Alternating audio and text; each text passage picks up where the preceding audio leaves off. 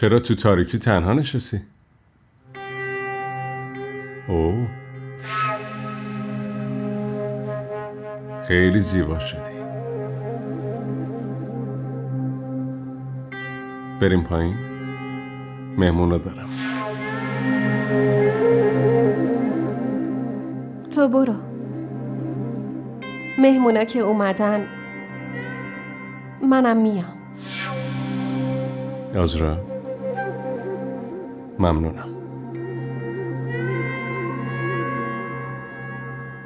اگه همینجوری آروم باشی، باور کن روزی میرسه که هممون با هم خوشحال کنار هم زندگی میکنیم.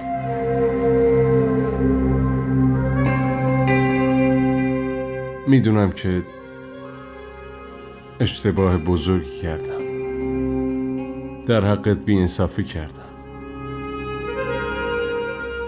ولی به خاطرش معذرت میخوام. مهم نیست، ولی اشتباه کردنم اندازه‌ای داره شاهمیر. تو حق داری. حالا فقط میتونم معذرت بخوام.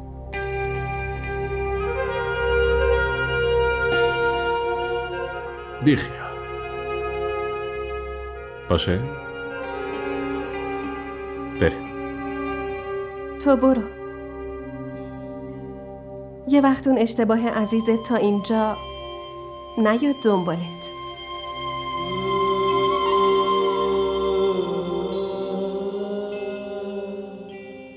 باشه میرم، ولی منتظرتم زود بیا پایین. باشه؟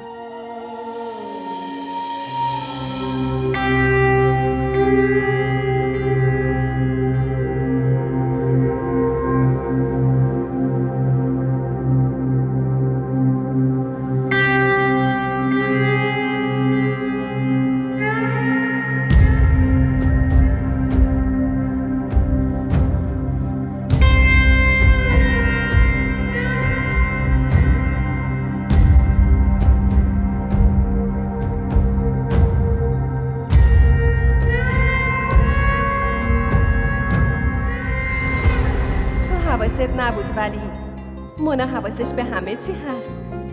واقعا دوست خوبیه. هر وقت بهش نیاز دارم دوستم میشه، مامانم میشه، بهترین خواهر دنیا.